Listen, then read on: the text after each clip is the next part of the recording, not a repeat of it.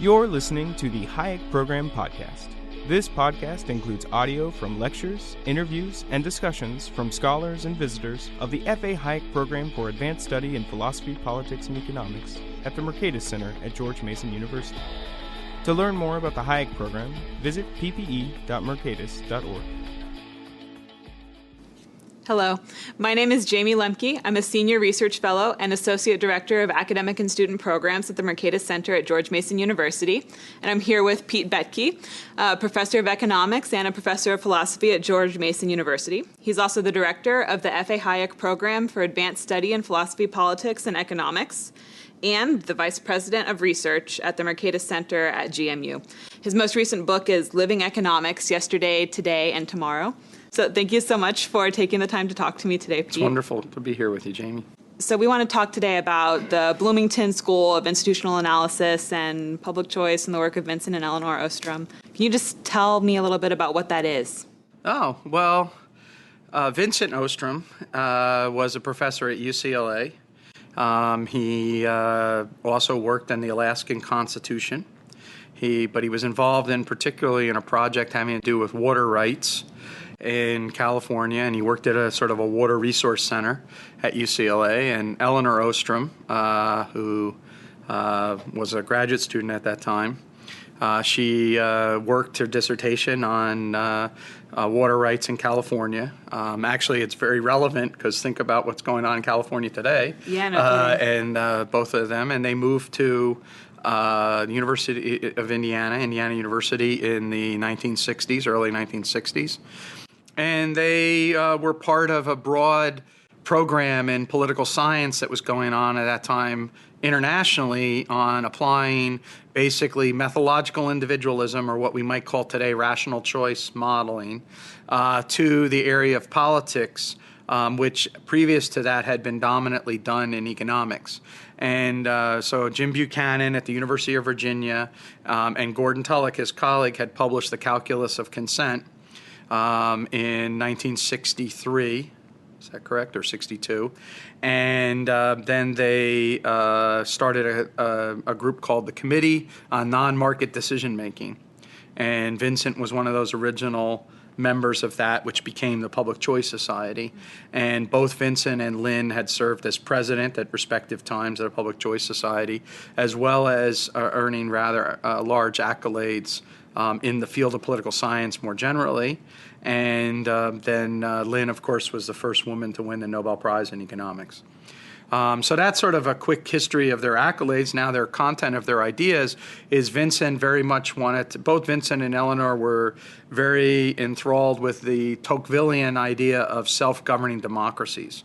And what are the institutions and also capacities of citizens required to be self-governing citizens.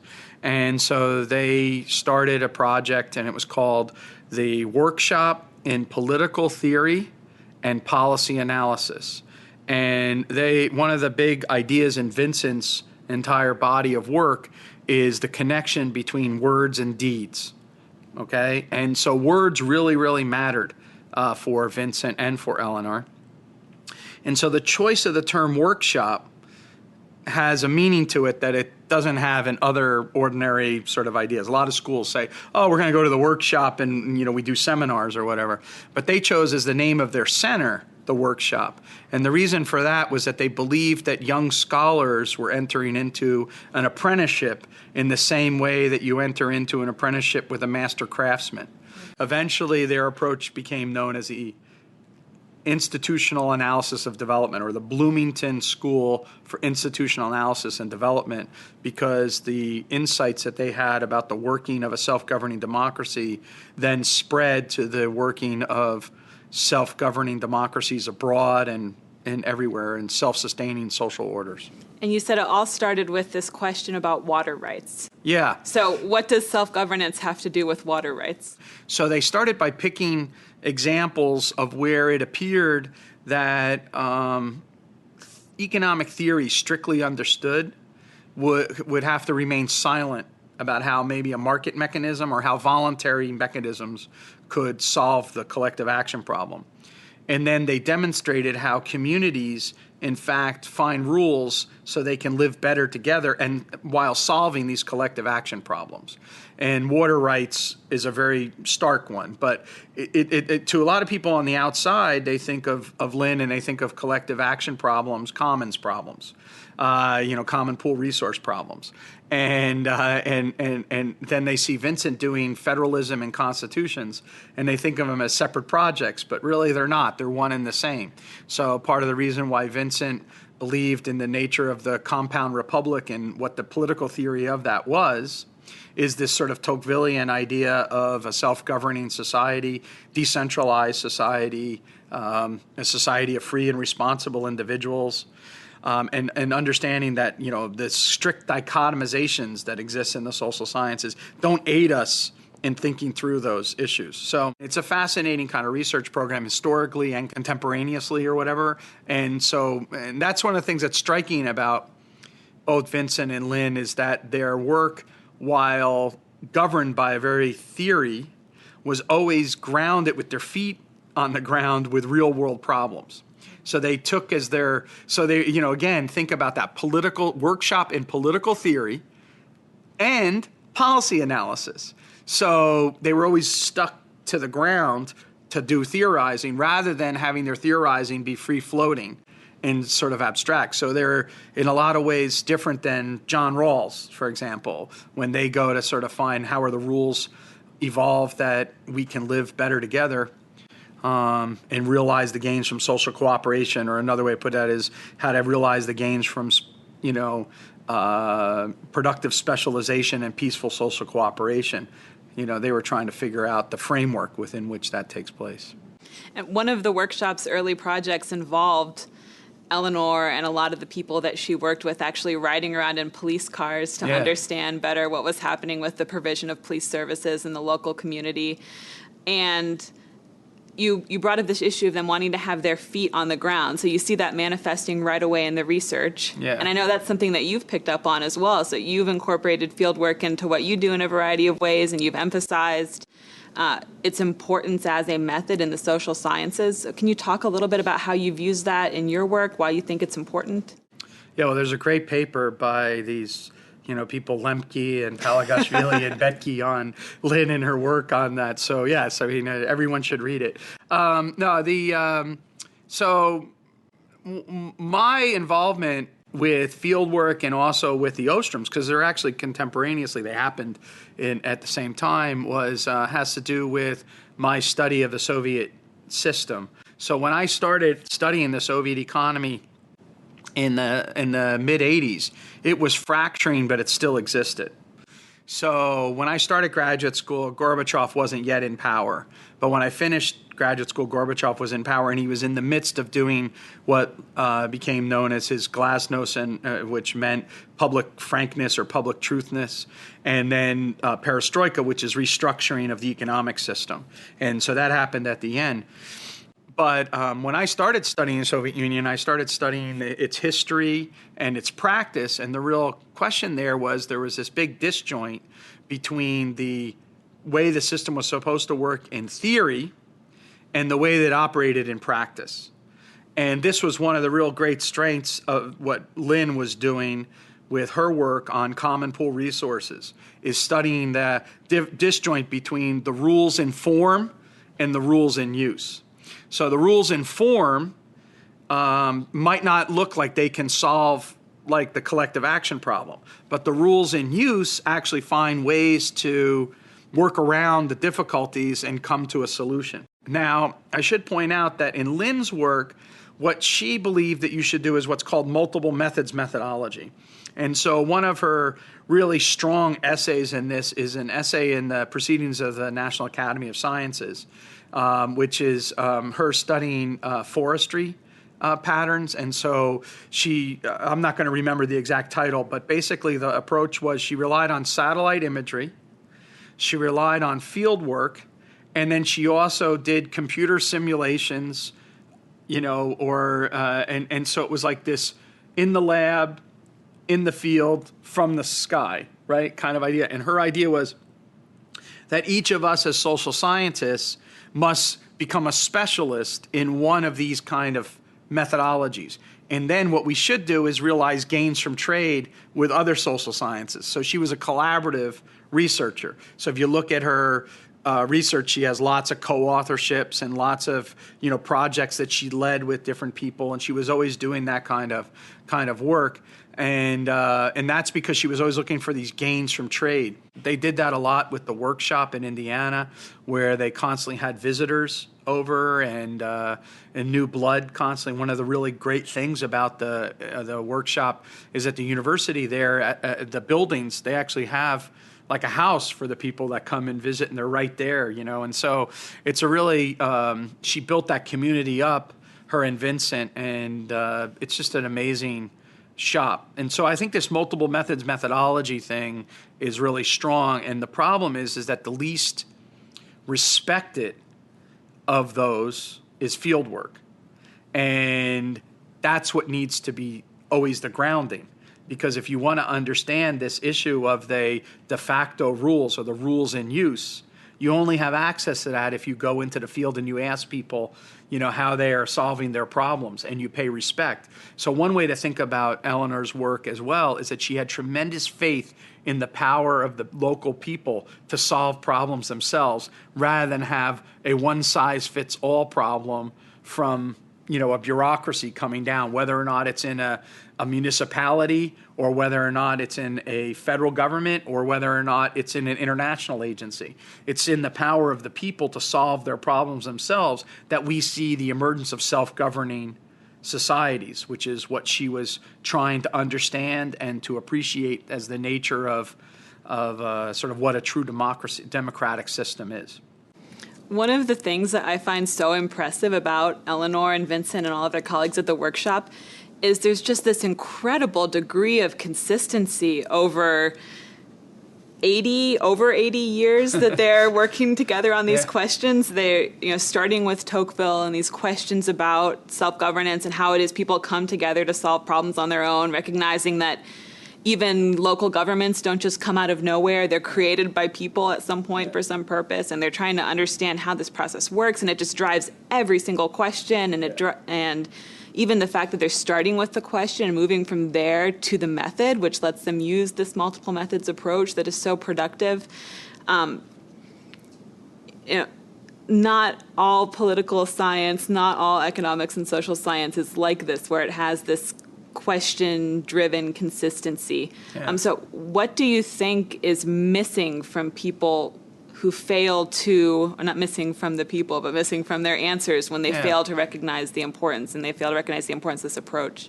Well, I think there's a couple things. One of the first things is just a sheer methodological missing box.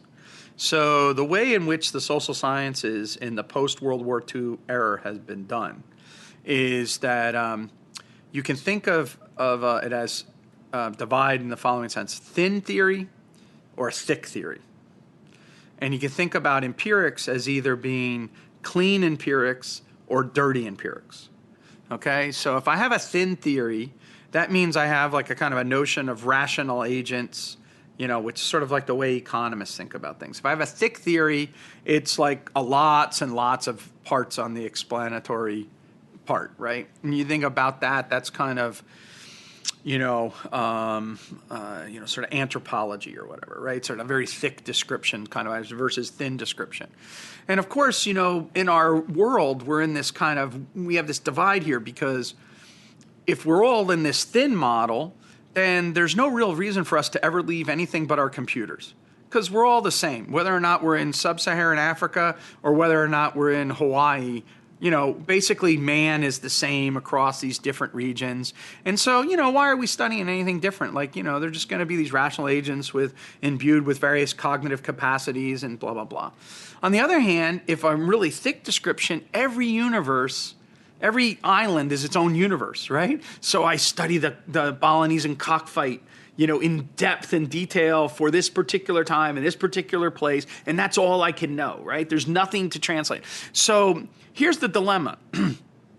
If we were all the same, then there's no unique differences that we could glean from history, travel, whatever. On the other hand, if we're all so different, we're completely alien, so we couldn't understand one another either. If I met a person from sub-Saharan Africa, I wouldn't even understand who they were because I just have my own universe. They have their own language game. But somewhere, social explanation exists somewhere in between those two. All right? So how do we think about this? So we most often think that it's a choice between either sound, hardcore economics or soft, fuzzy anthropology history or something, right? Well, what about this other box? This other box where you have a thin theory, which enables us to see universality across the cases, but you fill in the cases with all of the unique institutional details that are involved. And that's how you get comparative political economy. And that's what the Ostroms were champions of. And that's why when you look at like her book, Governing the Commons, it had such a big impact because what she showed was not only across countries, but also over time. So she has practices from Japan to Switzerland, right? And all these different areas about how they dealt with their common pool resource problems, lobster pots, all these different examples, but also how they existed over time. So we have certain principles that she wants to draw out, the thin theory of the long and enduring practices that allow for social cooperation to take place. So she paid attention to the details, yet drew the general lessons. And that's a form of social science, which I think we should be championing and getting on board on, because I think that's also, when public choice is in its best, it's sort of recognizing the comparative institutions. When Austrian economics is in its best, it's recognizing contextual nature of knowledge, yet the universal idea of an individual purposiveness and whatnot. And so I think there's this, we'll talk about this more, but I think there's this conflation of these programs. But Eleanor really highlights this comparative political economy perspective. And then she does it in a way which highlights the self-governing capacity of individuals. And so one of the real theoretical innovations of the Ostroms was this notion of co-production. It's a very, very simple idea. All of us who are teachers recognize this. When we teach, the students and the experience in that classroom are going to depend on what the students bring to the classroom, not just the teacher, right? If it's just the teacher talking, it's like on the old Peanuts commercial where the Peanuts are listening to the adults and they're like, wah, wah, wah, wah, wah. That's right. That's no communication going on. But when you're actually having a really vibrant conversation, it's a giver and a receiver. And actually the giver of the knowledge oftentimes then becomes the receiver right. And that's what she talks about in co-production. Well, that's true not only for the classroom, but in terms of things like public safety. The other idea that I think besides co-production that's fundamental to Lynn's work is so again it has to do with what are these self-governing capacities of the citizenry, and that democracies are fragile, that there are these fragile beasts that can break down for a variety of reasons, and that part of what you're trying to do is recognize and cultivate in citizens, going back to the workshop idea, cultivate in citizen scholars the capacities that are required for people to live in truly self-governing orders. Mm-hmm. Okay, so for people who want to learn more about this and go further down the road, what book would you recommend as a good primer introduction to Bloomington institutional analysis? Well, there's no better book than one written by myself and Dragos Alagica called Challenging Institutional Analysis of Development. But no, I mean, in all seriousness, I think in any of these kind of ideas, it's a very, very difficult book to read, but it pays tremendous dividends to get through, which is Vincent's book, The Meaning of Democracy and the Vulnerabilities of Democracies. It's a difficult read because as much as I said before that Vincent cared about word and deed, and he really cared about language, he is not the most felicitous with the pen. Lynn, on the other hand, is very easy to read. And so in her work, I would suggest Governing the Commons. It's classic. So, read the Governing the Commons. But it'd be really useful for young people to read both of those books and see the connection between the two of them. So like the way I like to describe Lynn's work is that, and Lynn and Vincent, is that they did rational choice theory as if the choosers were human. and they did institutional analysis as if history matters. It's exciting stuff. It's a fascinating research program. It's this disjoint between the de jure and the de facto is fundamental to the way we understand it. We want to understand how people really behave, not the way that they sort of pretend to behave or people pretend that they behave theoretically. We want to understand. We want to use the methods that are appropriate for the questions we're asking. I mean, this is multiple methodology goes all the way back to Aristotle. It's simply, Aristotle said you should choose the methods that are appropriate for the questions you want to ask. How we ever thought that there was this one-size-fits-all approach to social science, and what that does, it's a methodological straitjacket. And today, when I was a kid, the straitjacket was different than the straitjacket today. The straitjacket today is like, big data. I'm not saying that we shouldn't be paying attention to big data or utilizing that information when it comes about, but the idea that it's a be-all and end-all and that's all we should be focusing on.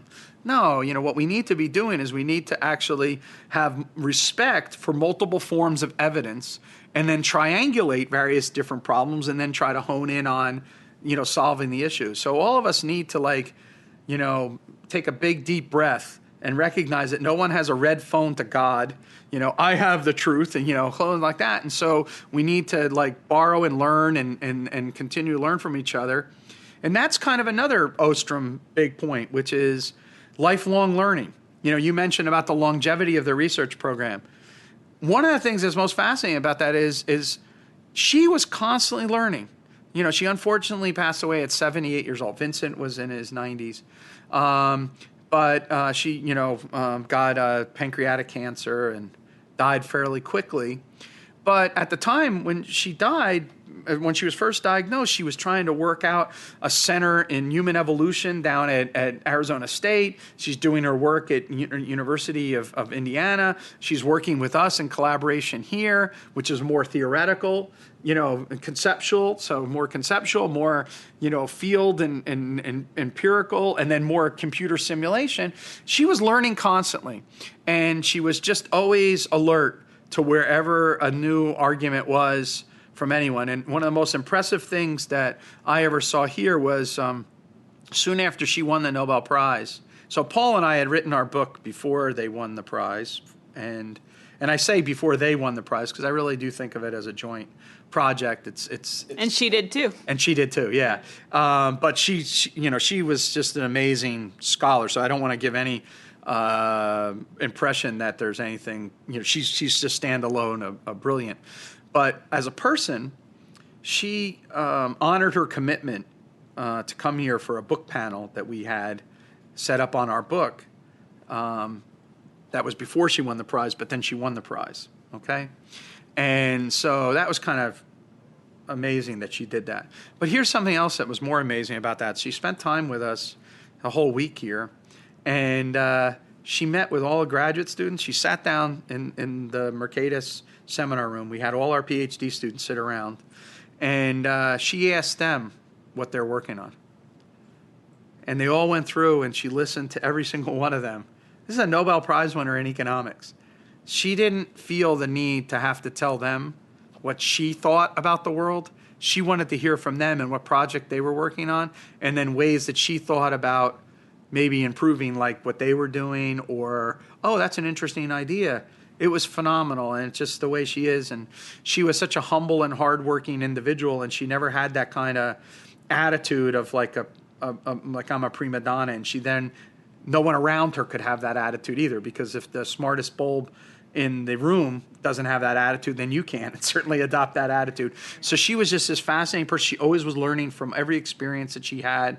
She had a sheer joy of learning, which is contagious to the people around her. Curiosity, just wanted to understand the world around her. And so it's fascinating. And in terms of the broader liberalism thing, I mentioned earlier about the notion of first the order liberals. So that's one clue that people should be paying attention to in their work. The second idea that's important in that is the Tocquevillian connection, right? So it's like they had a picture of Tocqueville up on the wall at the workshop. The lecture series called the Tocqueville Lecture Series. There's no connection with Tocqueville and IU, right? They brought all that. So Tocqueville means something to them, and it's the nature of what self-governing democracies are. third thing is it's important to remember is that her last public lecture was the Hayek lecture at the IEA.